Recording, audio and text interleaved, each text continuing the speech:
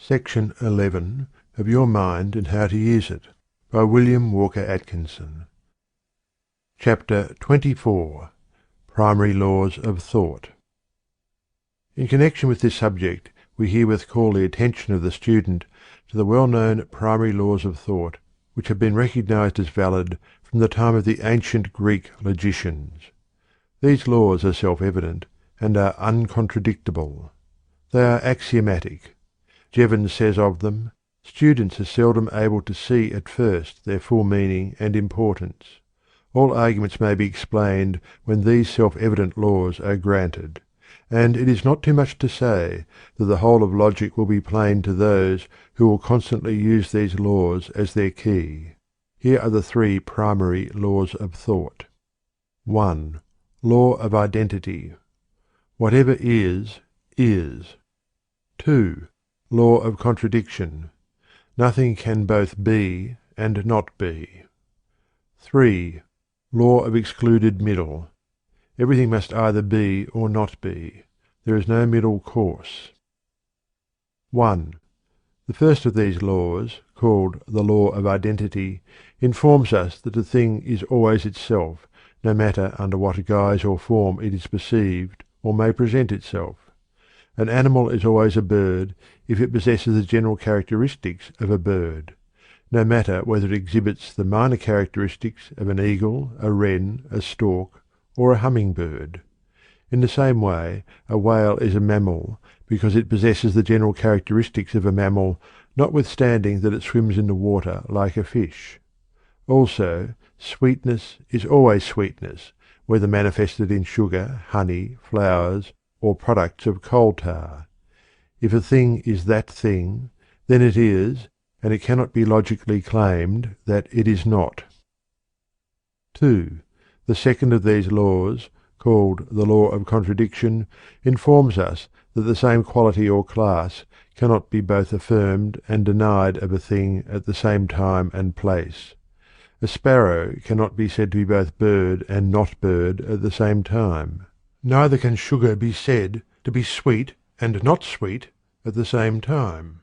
A piece of iron may be hot at one end and not hot at another, but it cannot be both hot and not hot at the same place at the same time. 3. The third of these laws, called the law of excluded middle, informs us that a given quality or class must be affirmed or denied to everything at any given time and place. Everything either must be of a certain class or not, must possess a certain quality or not, at a given time or place. There is no alternative or middle course. It is axiomatic that any statement must either be or not be true of any certain other thing at any certain time and place.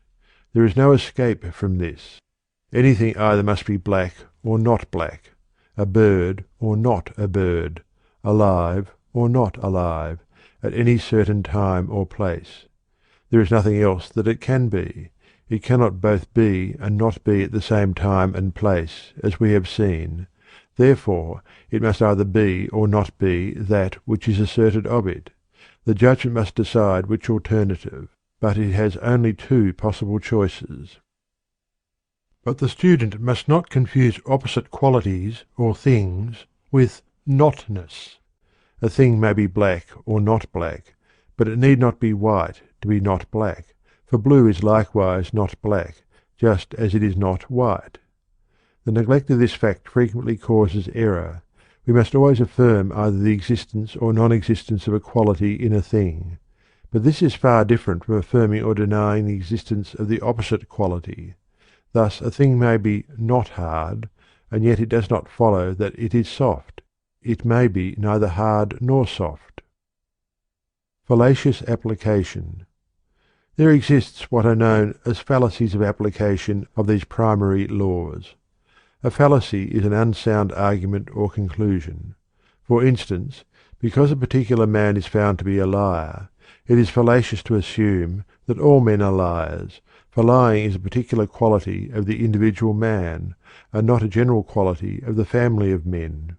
In the same way, because a stork has long legs and a long bill, It does not follow that all birds must have these characteristics simply because the stork is a bird. It is fallacious to extend an individual quality to a class.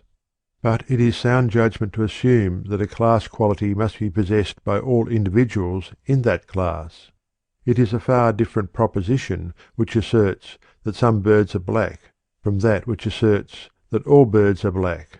The same rule, of course, is true regarding negative propositions. Another fallacy is that which assumes that because the affirmative or negative proposition has not been, or cannot be proved, it follows that the opposite proposition must be true. The true judgment is simply not proven. Another fallacious judgment is that which is based on attributing absolute quality to that which is but relative or comparative. For instance, the terms hot and cold are relative and comparative, and simply denote one's relative opinion regarding a fixed and certain degree of temperature. The certain thing is the degree of temperature, say 75 degrees Fahrenheit. Of this we may logically claim that it is or is not true at a certain time and place. It either is 75 degrees Fahrenheit or it is not. But to one man this may seem warm and to another cold.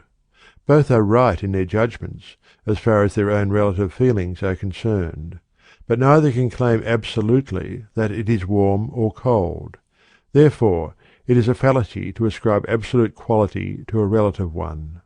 The absolute fact comes under the law of excluded middle, but a personal opinion is not an absolute fact. There are other fallacies which will be considered in other chapters of this book under their appropriate heading. End of chapter 24. Chapter 25. Reasoning. Reasoning, the third great step in thinking, may be said to consist of ascertaining new truths from old ones, new judgments from old ones, unknown facts from known ones. In short, of proceeding logically from the known to the unknown, using the known as a foundation for the unknown which is sought to be known. Gordy gives us the following excellent definition of the term. Reasoning is the act of going from the known to the unknown through other beliefs, of basing judgment upon judgments, reaching beliefs through beliefs. Reasoning, then, is seen to be a process of building a structure of judgments, one resting upon the other, the topmost point being the final judgment, but the whole constituting an edifice of judgment. This may be seen more clearly when the various forms of reasoning are considered. Immediate reasoning. The simplest form of reasoning is that known as immediate reasoning, by which is meant reasoning by directly comparing two judgments without the intervention of the third judgment, which is found in the more formal classes of reasoning. This form of reasoning depends largely upon the application of the three primary laws of thought, to which we have referred in a previous chapter. It will be seen that if A, a thing is always itself, then B, all that is included in it, must partake of its nature. Thus, the bird family has certain class characteristics. Therefore, by intermediate reasoning, we know that any member of that family must possess those class characteristics, whatever particular characteristics it may have in addition. And we likewise know that we cannot attribute these particular characteristics as a matter of course to the other members of the class. Thus, though all sparrows are birds, it is not true that all birds are sparrows. All biscuits are bread, but all bread is not biscuit. In the same way, we know that a thing cannot be bird and mammal at the same time, for mammals form a not-bird family. And likewise, we know that everything must be either bird or not bird, but that being not bird does not mean being a mammal, for there are many other not bird things than mammals.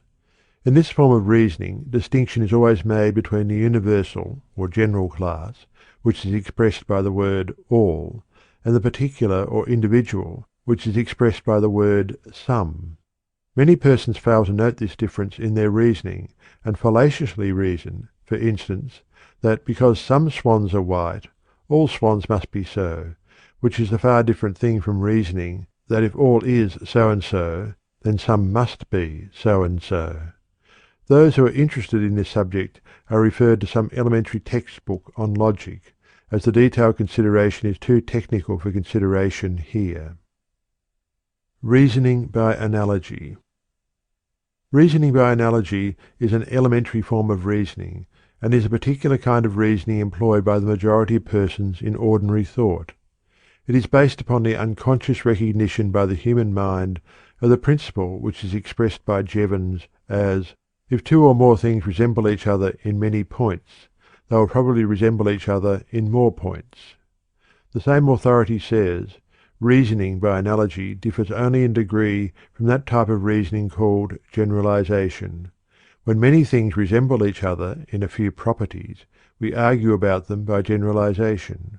When a few things resemble each other in many properties, it is a case of analogy. While this form of reasoning is frequently employed with more or less satisfactory results, it is always open to a large percentage of error. Thus, persons have been poisoned by toadstools by reason of the false analogous reason that because mushrooms are edible, then toadstools, which resemble them, must be also fit for food. Or, in the same way, because certain berries resemble other edible berries, they must likewise be good food. As Brooks says, to infer that because John Smith has a red nose and is also a drunkard, then Henry Jones, who also has a red nose, is also a drunkard, would be dangerous inference. Conclusions of this kind, drawn from analogy, are frequently dangerous. Halleck says, many false analogies are manufactured, and it is excellent thought training to expose them. The majority of people think so little that they swallow these false analogies just as new-fledged robins swallow small stones dropped into their mouths. Jevons, one of the best authorities on the subject, says, there is no way in which we can really assure ourselves that we are arguing safely by analogy.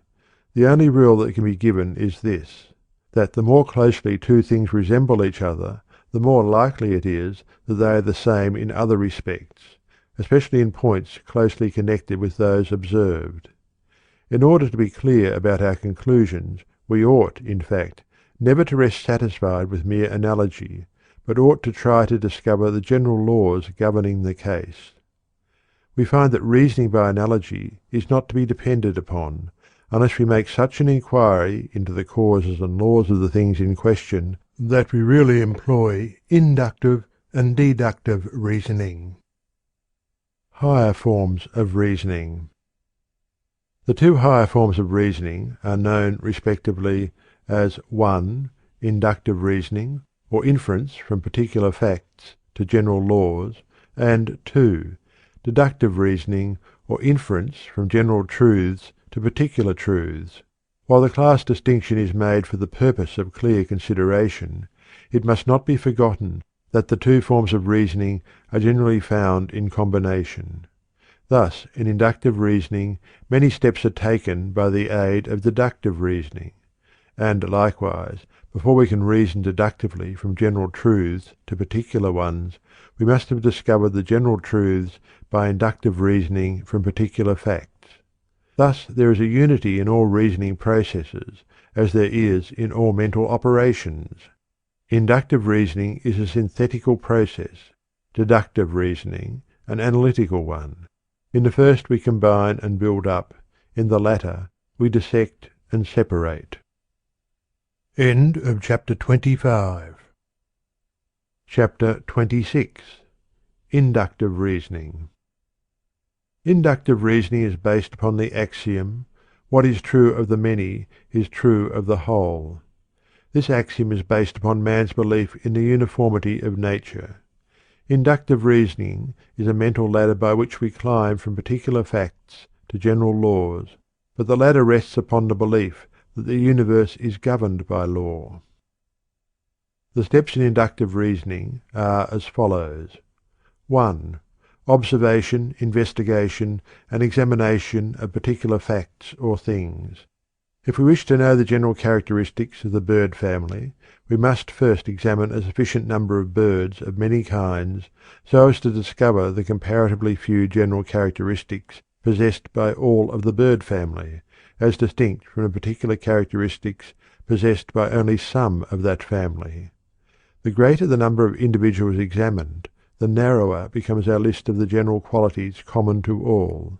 In the same way we must examine many kinds of flowers before we come to the few general qualities common to all flowers, which we combine in the general concept of flower. The same, of course, is true regarding the discovery of general laws from particular facts. We examine the facts and then work toward a general law which will explain them.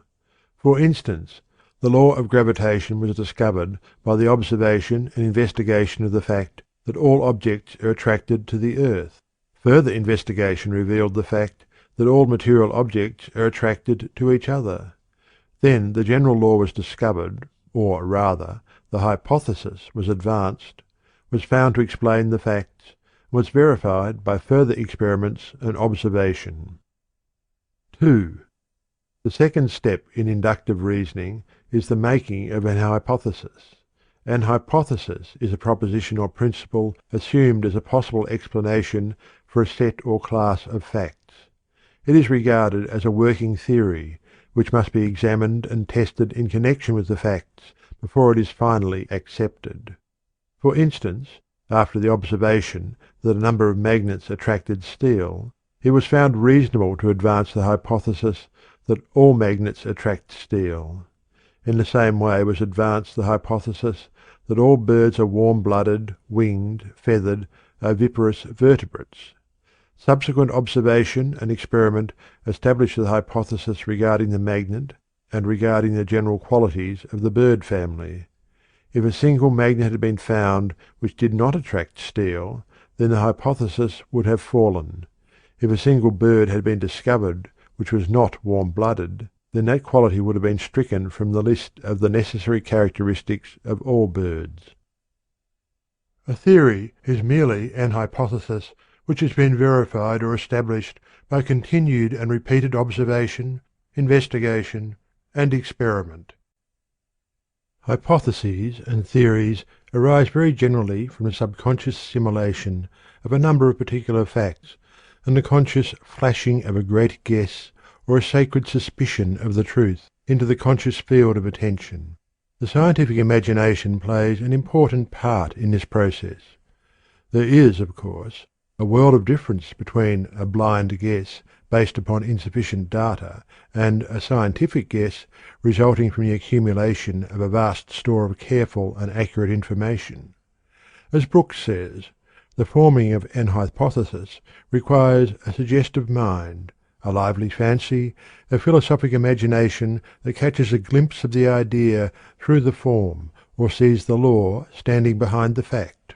But accepted theories, in the majority of cases, arise only by testing out and rejecting many promising hypotheses and finally settling upon the one which best answers all the requirements and best explains the facts.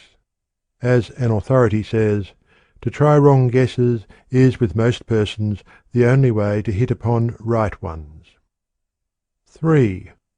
Testing the hypothesis by deductive reasoning is the third step in inductive reasoning. This test is made by applying a hypothetical principle to particular facts or things, that is, to follow out mentally the hypothetical principle to its logical conclusion. This may be done in this way. If so and so is correct, then it follows that thus and so is true, etc. If the conclusion agrees with reason, then the test is deemed satisfactory so far as it has gone. But if the result proves to be a logical absurdity or inconsistent with natural facts, then the hypothesis is discredited. 4. Practical verification of the hypothesis is the fourth step in inductive reasoning. This step consists of the actual comparison of observed facts with the logical conclusions arising from applying deductive reasoning to the general principle assumed as a premise. The greater number of facts agreeing with the conclusions arising from the premise of the hypothesis, the greater is deemed the probability of the latter. The authorities generally assume an hypothesis to be verified when it accounts for all the facts which properly are related to it. Some extremists contend, however, that before an hypothesis may be considered as absolutely verified, it must not only account for all the associated facts, but that also there must be no other possible hypothesis to account for the same facts.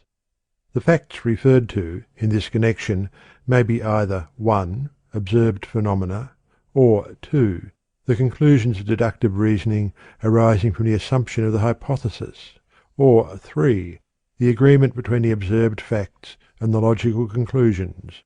The last combination is generally regarded as the most logical.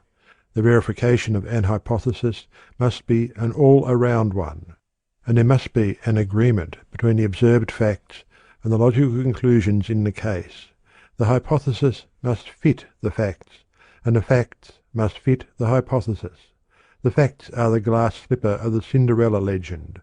The several sisters of Cinderella were discarded hypotheses, the slipper and the sisters not fitting. When Cinderella's foot was found to be the one foot upon which the glass slipper fitted, then the Cinderella hypothesis was considered to have been proved. The glass slipper was hers, and the prince claimed his bride. End of chapter 26. End of section 11.